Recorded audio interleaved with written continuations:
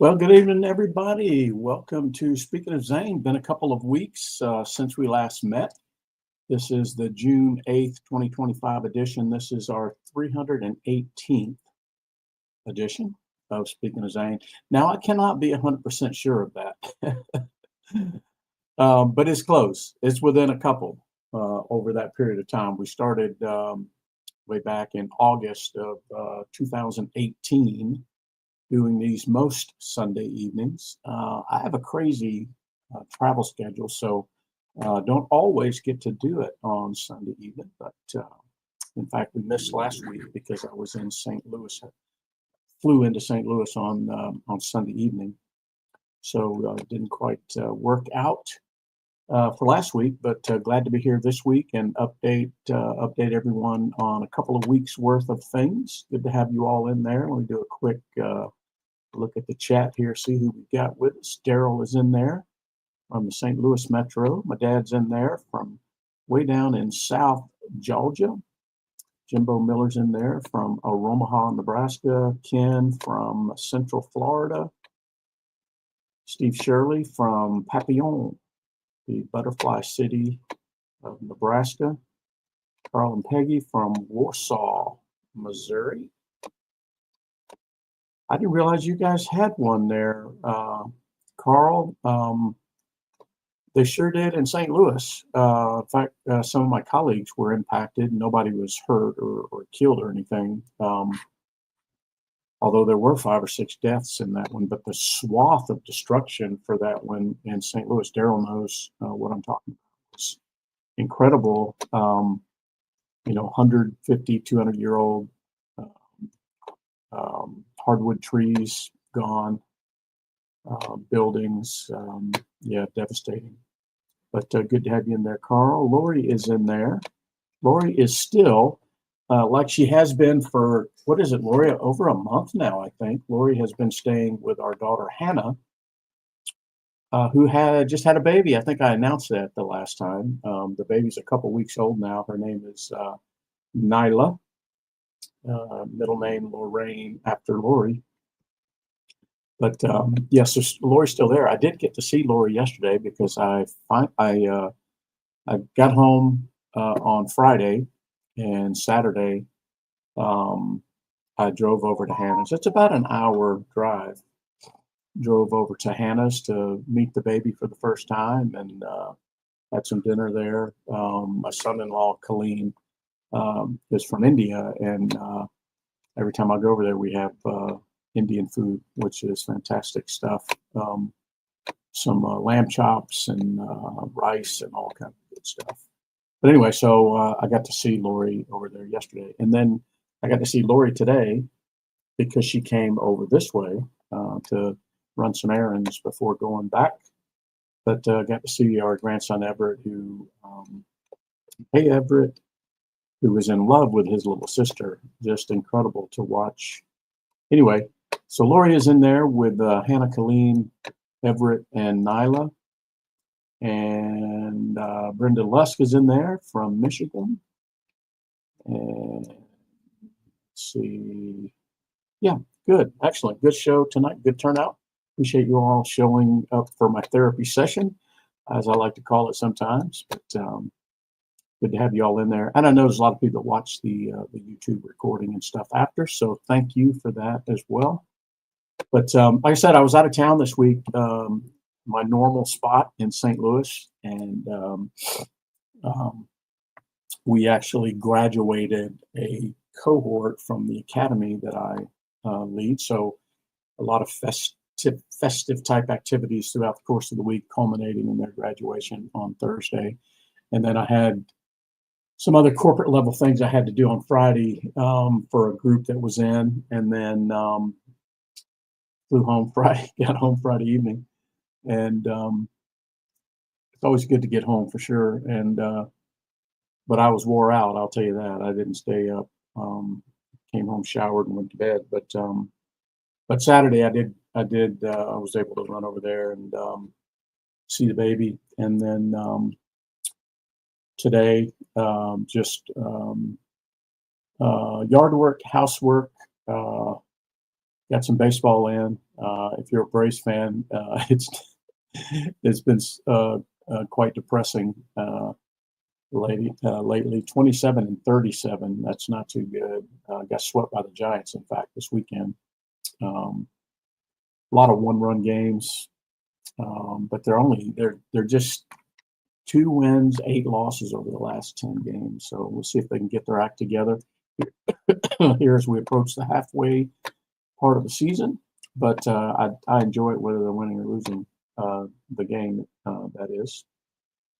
So got all that done today. The weather here in Georgia North Georgia anyway, is absolutely beautiful. When I got home on Friday, it was humid as all get out. Today, no humidity, beautiful, nice little breeze, partly cloudy, lots of sun. Got the yard work done. Since I'm going to be going out of town again, I always like to leave the yard in good shape. But I forgot to mention the week before, I actually took a trip to Oklahoma, flew into Oklahoma City, drove down to Lawton, and did a workshop actually at a large church, believe it or not.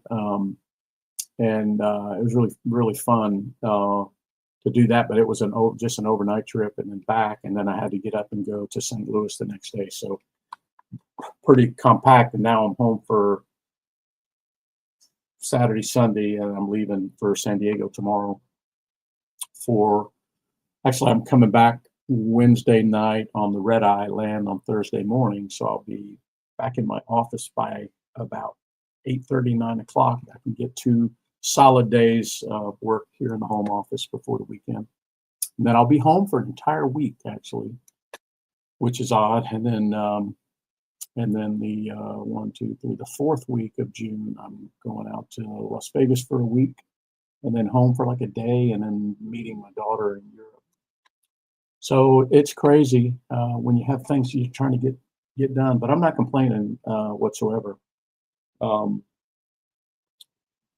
Blessed beyond measure, both work and professionally and personally. So I'm not complaining at all. Well, let's see. Hat of the week always has something to do with what's going on around here. And you've probably guessed already why the USS Midway is the hat of the week. I just spilled the beans. I'm on my way to San Diego tomorrow, one of my favorite cities. And so I'll get to San Diego in the afternoon there, late afternoon there, and got some activities in the evening, which includes some activities on board the Midway, actually, as part of this work trip. So that'll be fun. So that is why this is the hat of the week. Love San Diego. 10 years ago, on my dad's 70th, he and I went out to San Diego. If you remember, my dad is a retired Marine, and did some time when he was in the Air Wing. Did some time on the USS Midway as part of a Prowler squadron. So it was kind of fun to take him there to visit the Midway that he did a debt on. So that was fun. That was 10 years ago. Hard to believe that was 10 years ago, but it was. Pretty sure it was 10 years ago. There's David Surface in there. Good to see you in there, David. Yeah, Daryl. So I could have tied it to that. So thanks for that in this week in military history. Speaking of this week in military history, of course, on Friday we celebrated the 81st anniversary of D-Day, the invasion on the coast of France there, Normandy. June 6, 1944. And then that paved the way for everything that would follow, culminating in victory in Europe. So how about that? That was a crazy period of time for sure. Can you imagine being 17, 18-year-old on one of those landing craft going onto the beach, and 9,000 of them were killed on the beaches. Incredible. And they knew what they were facing, and they did it anyway. And thankful for them for sure. All right. Well, hey, actually got a new cemetery. I don't know if it's new for the group, but it was new for me when I was driving I flew into Oklahoma City, rented a car, and drove down to Lawton, which is about 80 miles straight down the interstate. And that's where this workshop I was doing was at. And it turns out that's where Fort Sill is. And on the way, right outside of Lawton, north of Lawton, you have to pass it on the interstate, is Fort Sill National Cemetery. So I swung in there on my way to, hey, David, we got you in there, buddy. On my way down to Lawton. So that was a new one for me. I don't know if that was a new one for the group. Maybe Steve and Kathy have visited that one. I don't remember, or maybe Amy and Barb, but it was a new one for me. And since we last met, of course, I visited Georgia National Cemetery on Memorial Day. The last time we met was the night before Memorial Day, so I know some of you visited. Let's see. Carl says Kit Carlson Memorial Cemetery. Oh, okay. I don't remember if we captured that one. That would certainly be a new one for this group. Let me put that one down here and add it to our list. Lori, I didn't know you had family in Lawton.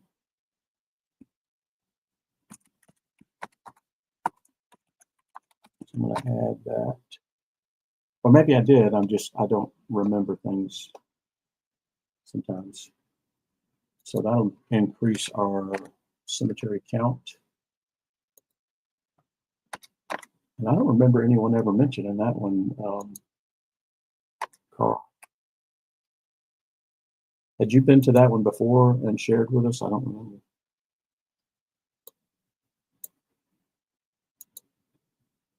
All right, got it on the list there. So I know that Daryl has made at least 2 visits since we were last together, including one today. And then, okay. All right, thanks, Carl. And then my dad and my sis have made some. I always put a little buffer in there for their visits. And then I mentioned Georgia National for me, Fort Sill, and then we got Kit Carson. And then Ken was over on the Space Coast for something, and he messaged me this week and said, "Hey, don't you have a friend that's at Cape Canaveral National Cemetery?" I said, "I sure do. His name is George Wellman." And so Ken stopped by Cape Canaveral National and visited our friend George Wellman. Yeah, George, Ken, Carl knew George, Steve knew George, Jimbo Miller knew George, Amy knew George. We all knew George there, and unfortunately passed away. I don't remember what. Let me look at the. I'll share here.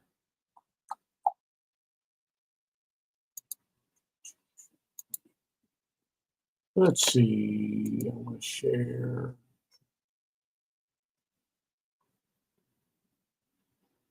Right there.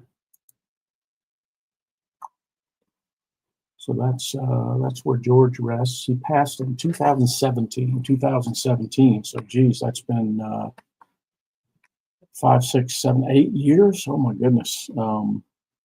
8 years since we lost George. I lost contact with him over the years, a couple of decades, and then forget how I got connected back up with him. But found out that he was ill with cancer. And so we started emailing back and forth. And his wife, what was his wife's name? Lori Janet? I think it was Janet. Um, his wife would email for him, so she would read him my emails. He would tell her, and she would email me. And so I got to interact with him maybe 5 or 6 emails in the run up to his passing, and then was able to fly down and attend the service, and meet his children, and see his wife. And but he was he was he was one of the. There's 2 people in my Air Force career I look to that were the most disciplined, um, by the book sort of disciplined, and hardest working. You would never outwork them. And I think that those characteristics for George um, is why he, kind of like Carl, became a Stanny Val in our flying section, standardization, evaluation. But yeah, he was a good dude. He was still, we can see that he retired as a senior master sergeant, but he was still working for the Air Force. In fact, he was still occasionally flying to evaluate procedures and processes and stuff for the company he worked for as a contractor. But yeah, he was a really good guy. A lot of people looked up to, for sure. We did go to his wedding, Lori. Yeah, we sure did. Sure did. I should have pulled some pictures of him. I've got a few pictures of us in the Azores together where we used to pull alert. But real tall fellow, probably. Yeah, he was born in '59, so yeah, 4 or 5 years older than me. But Ken, thank you for swinging by there and paying your respects to George. For sure, I've seen him a couple times, or I've gone to the cemetery a couple of times since he passed. Okay, let's see. Let me close that.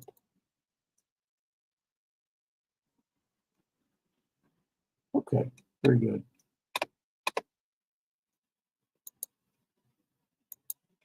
Very good. So I think if we total up all those visits with a couple of new ones I'm adding to the list, I think since the last time we were together, that's 15 visits. So 15 times that somebody in this little tiny group has visited a veteran cemetery. So that's pretty good. Good on you guys for doing that. We've got a total of we've done that a total of 1,518 times to 212 different locations. How about that? All right. Well, think of that challenge. I had the opportunity to interact with quite a few veterans over the course of this week. I forgot to add these. I'm going to say that was 5. So I need to adjust my numbers here, and I'll add Ken's numbers. All right, you guys are throwing the numbers at me here, so let me do my updates. I'll take this there. And I'll take this there. Okay, so let's see. Let's add Carl. Okay, 6. Okay. We're going to have Carl. Carl had 6. 3 Air Force, 1 Army, 1 Marine. That's a good mix. Ken had 3 for the week. 2 at the Space Center, 1 Army, 1 Air Force, and at the cemetery. Okay, at the cemetery, yeah. Very good. So if I add those, That's 9 more. Takes it to 25 for the week.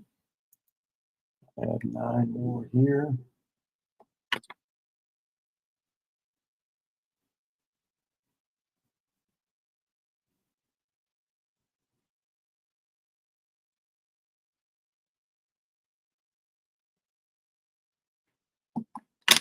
We'll be at, just crossed another threshold there. Okay. All right, Steve's throwing some in here. Oh, very good. We'll add Steve's 11.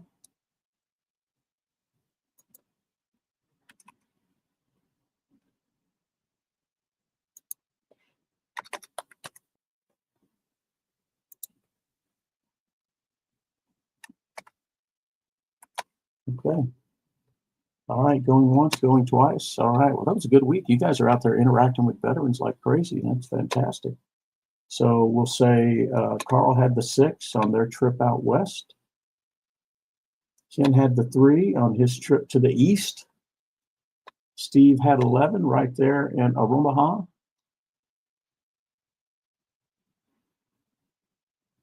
David Surface is jumping in here with some, let's see what we add for him. 6 total.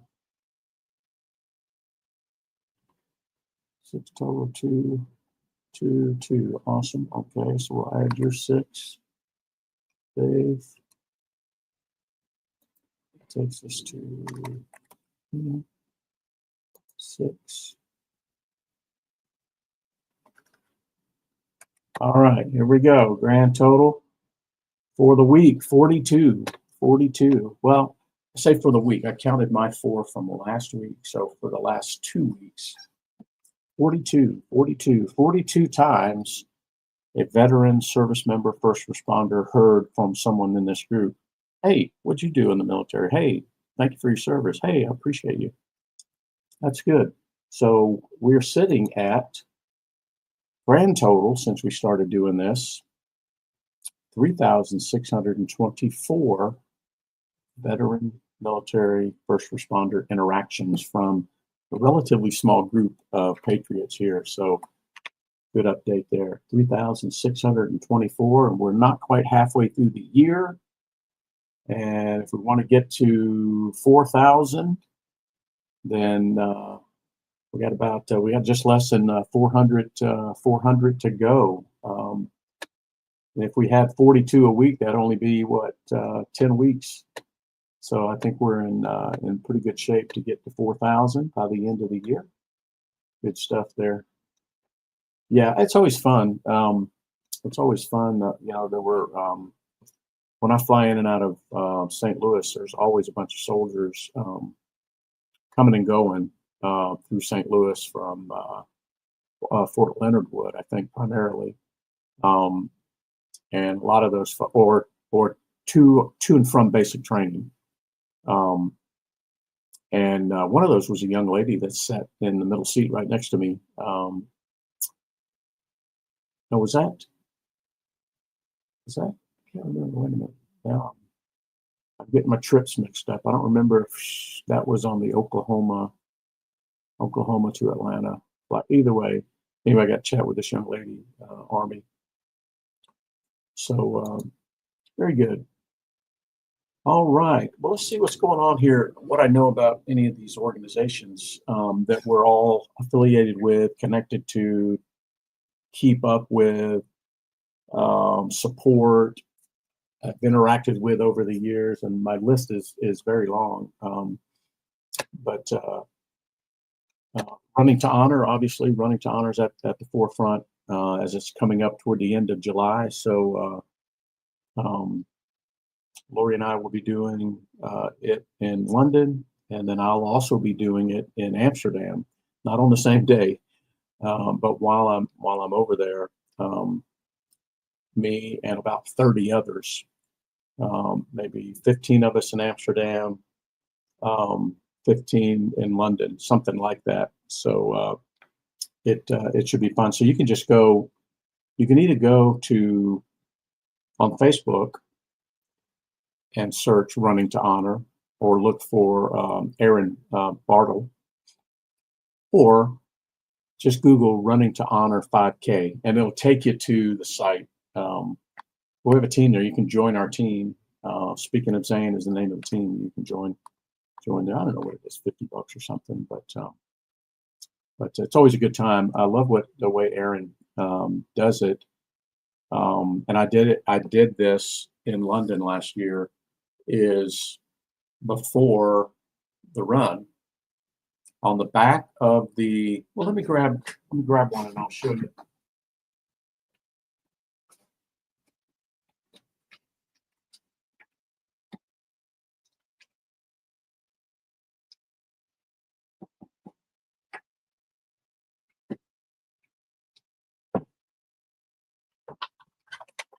So here's the race bib from last year. And on the back of it is the list of the men and women that we're running for. And it's customary before the race that Aaron or someone he designates reads all of these names, reads all the names aloud. Kind of in it says they're not truly, it says on the back of this, honor the fallen. They are not truly gone as long as we continue to speak their names. Sounds familiar, doesn't it? But so I did this, and I was doing this with a bunch of British people. There was me and one of my colleagues, American, and my boss is American. There was 3 Americans. They know us all. We're there all the time, but they're not as patriotic over there as we are, and they really admired what we were doing and were captivated by that we would take time. And the other thing I did is I read some stats. Not only did I read the names of the fallen here, like Aaron does, but I read the stats of Americans that we've lost in Iraq and Afghanistan. And I also read the stats of British service members that we lost in Afghanistan and Iraq. And most of them were surprised. They didn't, they most people don't have a connection over there, and so much time has gone by, and this generation, well, 3 or 4 generations behind me, they're just not as aware. But anyway, it was really fun to do that, and there's a group of them that are looking forward to doing it again, and we're expanding it to Amsterdam. A couple of military veterans in the office there. So anyway, that's Running to Honor coming up in July, and we'll certainly report on that. There's my Aunt Mary in there. Hey, Aunt Mary. Lori says she sees Randy Bergmeyer. Hey, Randy and Kathy, how are y'all? Got a package from Randy last week or the week before, I guess. He and Kathy were the coordinators for the reunion, the 10th Acts reunion that we just went to recently. But he has all of these old photos that he's gathered and collected from everybody over the years on a drive. So he mailed that to me, so we would have it for the next one. All right, yeah, you got to do the grandson thing for sure. Yeah, I got to spend some time with my grandson and granddaughter yesterday, my new granddaughter. All right. Well, I think that's about it, folks. There is one last thing, just terrible in the heroes lost or wounded section. And I know I don't really keep up with this like I should, but I did see that a young lady, Air Force Academy cadet called Ava Moore, actually. She was a cadet candidate because she had just graduated last month from the Air Force Preparatory School and had been selected or admitted to the Air Force Academy to start in this upcoming class. But anyway, she was killed while she was kayaking on a lake down in Texas. So thoughts and prayers to her family. Cadet Ava Moore. She was about 18 years old. Okay, Well, remember in your daily routine, you come across a veteran or service member or first responder, boy, it wouldn't hurt just to stop and acknowledge them at a minimum and thank them. Certainly, people when they join the military and serve, you just don't know what's going to happen. You say in the oath that you're willing to protect the Constitution and whatever that takes. And we see that even when we're not in full scale combat, training for that is as hazardous for sure. You train like you fight. There's Travis Loest, Zane's platoon sergeant. That's someone that he really looked up to. How are you, pal? Good to see you in there on Speaking of Zane. Don't know when we'll get to connect again. Hopefully next summer 2026. Lori's going to begin some correspondence with all of you guys about perhaps gathering, speaking of running to honor, perhaps convening in Michigan where the race is actually held and using that as an opportunity to acknowledge his 10th year since he passed and get that group back together. Got about a year or so to plan that, but good to have you in there. I know Zane thought the world of you, probably not always in the moment, but he certainly looked up to you for sure. Travis was at Zane's wedding and of course at his funeral. Remember what Ronald Reagan said, we can't help everyone, but everyone can help someone. And then one of those that I really like, we don't know them all, but we owe them all, right?